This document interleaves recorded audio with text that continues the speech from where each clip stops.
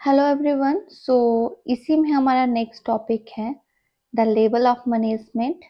यहाँ पे 3 प्रकार के लेवल ऑफ मैनेजमेंट हैं। Top level management, middle level and the lower level. Top level management में चीफ एग्जीक्यूटिव ऑफिसर यानी कि जिसको हम सीईओ भी कहते हैं। सीईओ वो व्यक्ति होते हैं जो कंपनी के ऑनर होते हैं, कंपनी को संभालते हैं। Chief marketing officer, chief marketing officer यानी कि मार्केटिंग का सबसे बड़ा head. Chief sale officer, chief technology officer and managing director. Middle level management में डिपार्टमेंटल हेड आते हैं जिसमें कि सेल और purchase department, branch manager, finance manager.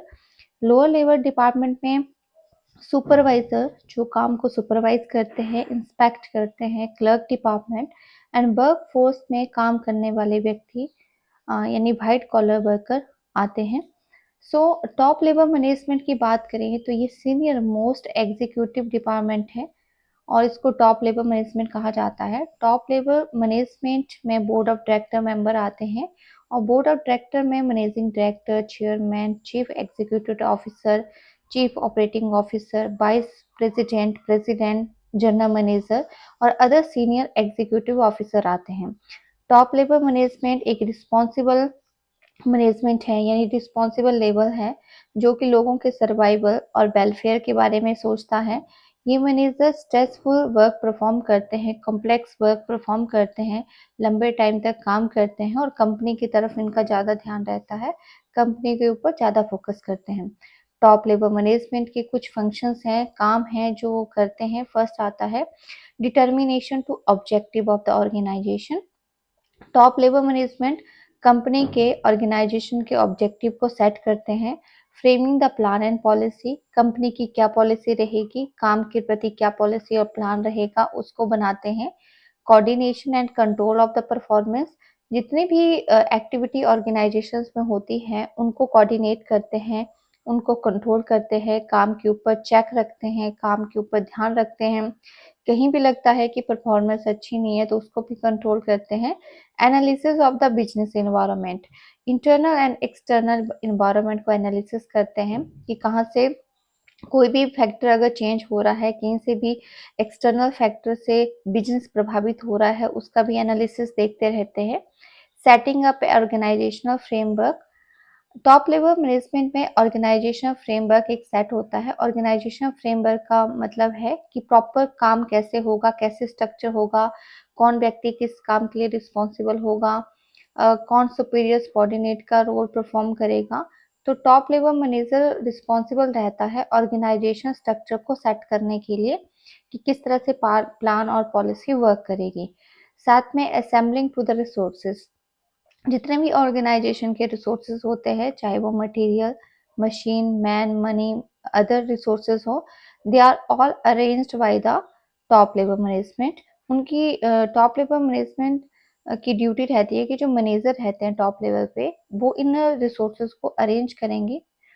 And middle level management की बात करते हैं। Middle level management top level management के बाद आता है और ये नेक्स्ट लेवल है मैनेजमेंट का।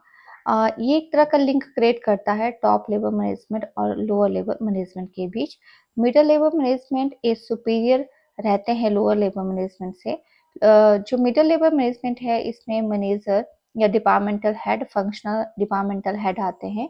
मिडल लेवल मैनेजमेंट में डिफरेंट फंक्शन डिपार्टमेंट के हेड, चाहे वो सेल है, purchase department, finance department, marketing department, other department के हेड इसमें आते हैं और इसके डिफरेंट डिफरेंट फंक्शंस रहते हैं मिडल लेवल मैनेजमेंट के। Middle level management lower level management की सुनता है और ये इंफॉर्मेशन टॉप लेवल मैनेजमेंट में भी कम्युनिकेट करता है। फर्स्ट आता है interpretation of the policy framed bye the top level management. जो भी टॉप लेवल मैनेजमेंट ने पॉलिसी एंड प्लान बनाए होते हैं कंपनी के लिए, वो सही तरीके से बताता है, उसको इंटरप्रेट करता है, लोअर लेवल मैनेजमेंट को समझाता है। सेकंड आता है selection of the suitable operative and survival personal. किस तरह से एक मेन कैंडिडेट को सिलेक्ट करना है, मतलब किसी भी प्रकार की रिक्रूटमेंट करनी है, सिलेक्शन करनी है, वो मिडल लेवल मैनेजमेंट के व्यक्ति के द्वारा की जाती है। And assigning to the duty and responsibility, lower level management किस तरह से काम करेगा, किसकी क्या ड्यूटी है, किसकी क्या रिस्पॉन्सिबिलिटी है, वो भी असाइन किया जाता है। Motivating to employ to get a desire objective, यहाँ पे व्यक्तियों को मोटिवेशन, चाहे वो फाइनेंशियल मोटिवेशन हो, नॉन फाइनेंशियल मोटिवेशन हो, उसकी तरफ भी फोकस जो है वो मिडिल लेवल मैनेजमेंट के थ्रू किया जाता है। Cooperating with the entire organisation, middle level management एक लिंक क्रिएट करने की कोशिश करता है। ये टॉप लेवल मैनेजमेंट के साथ और लोअर लेवल मैनेजमेंट के साथ लिंक क्रिएट करता है और दोनों के साथ कोऑर्डिनेट बनाने की कोशिश करता है। बात करते हैं लोअर लेवल मैनेजमेंट की। लोअर लेवल मैनेजमेंट जो है वो एक थर्ड लेवल मैनेजमेंट आता है और लोअर लेवल मैनेजमेंट में एक सुपरवाइजरी ऑपरेशनल लेवल मैनेजमेंट भी इसको कहते हैं। यहाँ पे लोग जो है सुपरवाइजर का काम करते हैं, यानी ऑपरेशनल वर्क के ऊपर ज़्यादा फोकस करते हैं। The manager at the lower level they are play to crucial role. ये प्रॉपर मैनेजमेंट ऑर्गेनाइजेशन में कैसे करना है, प्रॉपर काम कैसे करना है, उसके ऊपर फोकस करता है और डायरेक्टली ये काम के साथ इंटरेक्ट करता है, काम की इंस्ट्रक्शन को बताता है। तो जो भी मिडल लेवल मैनेजर ने काम बताया होता है, इंस्ट्रक्शन बताई होती है, वो प्रैक्टिकली जो इम्प्लीमेंट करवाता है वो लोअर लेवल मैनेजमेंट होता है। The responsibility authority of lower level management की रहती है कि जो भी plan and policy top level management ने बनाई है तो उसके तहत काम करवाना। लोअर लेवल मैनेजमेंट डील करता है foreman, supervisor, selection officer, superintendent, other manager जो डायरेक्ट ऑपरेटिव एक्टिविटी से कनेक्टेड होते हैं या काम के से कनेक्टेड होते हैं, उससे डील करता है। Function of the lower level management, lower level management का क्या फंक्शंस हैं? फर्स्ट आता है issuing of the order and the instruction, जो भी लोग काम कर रहे होते हैं उनको ऑर्डर देना, उनको इंस्ट्रक्शन देना। सेकंड आता है preparing to the plan of the activity, यानी किस तरह से काम करना है, डे टू डे क्या एक्टिविटी रहेगी। असाइनिंग द वर्क, कौन व्यक्ति क्या काम करेगा, किसकी क्या रिस्पॉन्सिबिलिटी ड्यूटी है वो बताना। And representing two worker grievances, जो भी वर्कर की शिकायत होती है उसके बारे में बताना, यानी वर्कर की क्या शिकायत है वो मिडिल लेवल तक पहुंचाना। Ensuring to safe and proper work environment, जो भी वर्कर जिस इन्वायरमेंट में काम करते हैं उनको अच्छा वातावरण देना, अच्छी सेफ्टी प्रोवाइड करवाना। Helping the middle level management, middle level management में अगर डिसीजन लेने में कोई प्रॉब्लम है, जो लोअर लेवल मतलब कोई ऑपरेटिव वर्क से रिलेटेड डिसीजन लेना है तो उसके प्रति भी लोअर लेवल मैनेजमेंट हेल्प करता है। And encouraging to initiative to the employ, और एम्प्लॉय को इनिशिएटिव लेने में भी हेल्प करता है। Scope of the business management, हम मैनेजमेंट पढ़ रहे हैं और बिजनेस मैनेजमेंट का क्या स्कोप है, मतलब कहाँ तक इसका क्षेत्र है। फर्स्ट आता है पर्सनल मैनेजमेंट। पर्सनल मैनेजमेंट की बात करें तो as its name imply the focus on the managing person in the workplace, किस तरह से व्यक्तियों को हम अपने काम के वातावरण में मैनेज कर सकते हैं, किस तरह से उसकी रिक्रूटमेंट होगी, किस तरह से टर्मिनेशन होगी, वेलफेयर कैसे हम व्यक्तियों का कर सकते हैं, व्यक्तियों की परफॉर्मेंस कैसे मैनेज कर सकते हैं, उनको अप्रेजल कैसे देंगे, ये भी एक मैनेजमेंट का ही पार्ट है। तो देखिए जो पर्सनल मैनेजमेंट में भी मैनेजमेंट को यूज़ किया जाता है। पर्सनल मैनेजमेंट चाहे वो एचआरए है, उसमें रिक्रूटमेंट करना, व्यक्तियों को ट्रेनिंग देना, उनको वेलफेयर प्रोग्राम करवाना, फाइनेंशियल नॉन फाइनेंशियल मोटिव्स देना, तो उसमें भी मैनेजमेंट की आवश्यकता होती है। ऑफिस मैनेजमेंट की बात करते हैं। So main managing all given office activity, जो भी ऑफिस की एक्टिविटी होती है, ऑर्गेनाइजेशन के एम ऑब्जेक्टिव अचीव करने होते हैं, तो मैनेजमेंट में एफिशिएंसी होना बहुत ज़रूरी है। अगर मैनेजमेंट हम एफिशिएंटली बेस से करेंगे तो हम इजीली ऑब्जेक्टिव को अचीव कर सकते हैं। एंड इफेक्टिव अगर कोई भी ऑफिस मैनेजमेंट है, ऑफिस में कोई भी एडमिनिस्ट्रेटिव लेवल पे हम काम करते हैं तो उनको कोड ऑफ कंडक्ट के आधार पे काम करना पड़ता है। एक ऑर्गेनाइजेशन तभी अच्छे से काम कर पाती है जब पूरे के पूरे डिपार्टमेंट आपस में कोऑर्डिनेट करते हैं, कम्युनिकेट करते हैं। सो इफेक्टिव कम्युनिकेशन होना बहुत ज़रूरी है। तो ऑफिस भी एक पार्टिकुलरली हम मैनेज करते हैं। फाइनेंशियल मैनेजमेंट, देखिए फाइनेंस का भी मैनेजमेंट होता है। बजट प्लानिंग क्या होगी, कितना कहाँ पे क्या खर्चा होना है, कितना जो है वो हम वेस्ट को रिड्यूस कर सकते हैं। फाइनेंशियल रूल क्या है, किस तरह से फाइनेंस जो एथिकल मेंटेन हम इंटीग्रिटी फाइनेंस की कर सकते हैं ऑर्गेनाइजेशंस में, किस तरह से हम फाइनेंस के प्रति जो है क्या एथिकल रूल ऑफ कंडक्ट है। तो वो भी चीज़ें जो है वो हम फाइनेंशियल मैनेजमेंट के थ्रू हम फाइनेंस की भी अच्छे से व्यवस्था कर सकते हैं। नेक्स्ट आता है प्रोडक्शन मैनेजमेंट। देखिए प्रोडक्शन की भी मैनेजमेंट करनी पड़ती है, जिसमें कि प्रोडक्शन में किस तरह की मैनेजमेंट होती है, क्वालिटी को एश्योर करना, प्रोडक्शन नए-नए प्रोडक्ट के प्रति रिसर्च एंड डेवलपमेंट प्रोग्राम बनाना एंड प्रोडक्शन लेआउट क्या रहेगा, किस तरह से प्रोडक्ट डिज़ाइन होगा एंड किस तरह से ईज़िली से प्रोडक्ट डिज़ाइन हो सकता है, बनाया जा सकता है, वो प्रोडक्शन मैनेजमेंट में आता है।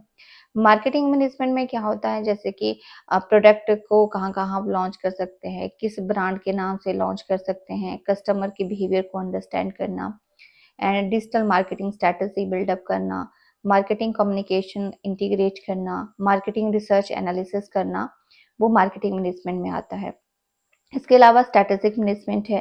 अब स्ट्रैटेजी क्या होती है, लॉन्ग टर्म गोल और ऑब्जेक्टिव ऑर्गेनाइजेशंस बनाती हैं और उसको अचीव करने के लिए हमें स्ट्रैटेजी बिल्डअप करनी पड़ती है। किस तरह से हम रिसोर्सेज का यूज़ कर सकते हैं, किस तरह से एक्सटर्नल अपॉर्चुनिटी का फ़ायदा उठा सकते हैं। गोल को जो long term goal and objective हैं, उसको अचीव करने के लिए हमें डिफरेंट डिफरेंट स्ट्रैटेजी बनानी पड़ती है, तो स्ट्रैटेजिक मैनेजमेंट का हम सहारा लेते हैं। Change management. चेंज मैनेजमेंट जो है इसमें प्लानिंग, इम्प्लीमेंटेशंस एंड जो भी ऑर्गेनाइजेशन के ट्रांज़िशंस हैं उसको उसके ऊपर डिपेंड करता है। चे चेंज मैनेजमेंट में जब भी ऑर्गेनाइजेशन में किसी प्रकार का चेंज होता है टेक्नोलॉजी के कारण या फिर मार्केट शिफ्ट होने के कारण या अदर ऑपरेशन के कारण, तो उसको किस तरह से मैनेज किया जा सकता है, तो उसको मैनेज करने के लिए चेंज मैनेजमेंट बहुत ज़रूरी होती है कि चेंज को ईज़िली एक्सेप्ट किया जा सके, ईज़िली अडॉप्ट किया जा सके। चेंज जो है वो इंटरनल फैक्टर की वजह से भी हो सकता है, एक्सटर्नल फैक्टर की वजह से भी हो सकता है। Now the next is the management as a science, as an art and as a profession. तो क्या मैनेजमेंट साइंस है, आर्ट है या प्रोफेशन है, इसके बारे में डिस्कस करेंगे। देखिए management is a process. Management एक ऐसी प्रोसेस है जो ऑर्गेनाइजेशन को कैसे ऑर्गेनाइजेशन डिज़ाइन करना है, किस तरह से हम इंडिविजुअल आपस में मिलकर काम करेंगे, ऑर्गेनाइजेशन के ऑब्जेक्टिव को डिस्कस करेंगे। तो ये डिस्कशन का ही पार्ट है, क्योंकि इसमें हर ओपिनियंस के, चाहे वो आर्ट के ऊपर ओपिनियन हो, चाहे वो प्रोफेशन के ऊपर ओपिनियन हो, चाहे वो साइंस के ऊपर ओपिनियन हो, मैनेजमेंट को अलग-अलग तीनों ही तरीकों से यहाँ पे एनालिसिस किया गया है। मैनेजमेंट एज़ ए साइंस, अगर मैनेजमेंट साइंस है, तो देखिए अगर हम बात करें we should first know what the science mean. देखिए साइंस क्या होती है, एक होती है systematically body of the knowledge, ठीक है? जिसमें ऑब्जर्वेशन एंड एक्सपेरिमेंट होता है। तो देखिए मैनेजमेंट एक प्योर साइंस तो नहीं है, लेकिन हमें एसेंशियल फीचर ऑफ साइंस समझना ज़रूरी है। साइंस में सिस्टमैटाइज़्ड बॉडी ऑफ नॉलेज है, सिस्टमैटिकली बॉडी ऑफ नॉलेज होता है, एक कॉज़ एंड इफेक्ट रिलेशनशिप होता है। दूसरा observation and the experiment, science में ऑब्जर्वेशन एंड एक्सपेरिमेंट होता है, कॉज और इफेक्ट रिलेशनशिप होता है। जब हम कोई भी चीज़ खाते हैं तो उसका इफेक्ट हमारी बॉडी पे क्या होगा, तो या वेट बढ़ेगा या वेट कम होगा, तो कॉज एंड इफेक्ट रिलेशनशिप है। यूनिवर्सल वैलिडिटी है, तो कुछ साइंटिफिक प्रिंसिपल है जो हम अप्लाइड करते हैं सिचुएशंस या लिमिट के आधार पे, तो वो साइंस कहलाती हैं। लेकिन मैनेजमेंट क्या प्योर साइंस है? मैनेजमेंट एक कोई प्योर साइंस नहीं है। So management is systemised body of knowledge. Management भी के भी अपने प्रिंसिपल हैं, अपने कॉन्सेप्ट है, but it not only the theory and principle but have develop over time. जिस तरह से टाइम चेंज हो रहा है उस तरह से भी हर डिसिप्लिन की, हर सब्जेक्ट्स की अपनी थ्योरी प्रिंसिपल होती है, चाहे वो इकोनॉमिक्स की बात करें, सोशोलॉजी की बात करें, साइकोलॉजी की बात करें, मैथ की बात करें। हर इनकी अपनी टर्म एंड कॉन्सेप्ट है, अपने rule regulation and the principle हैं।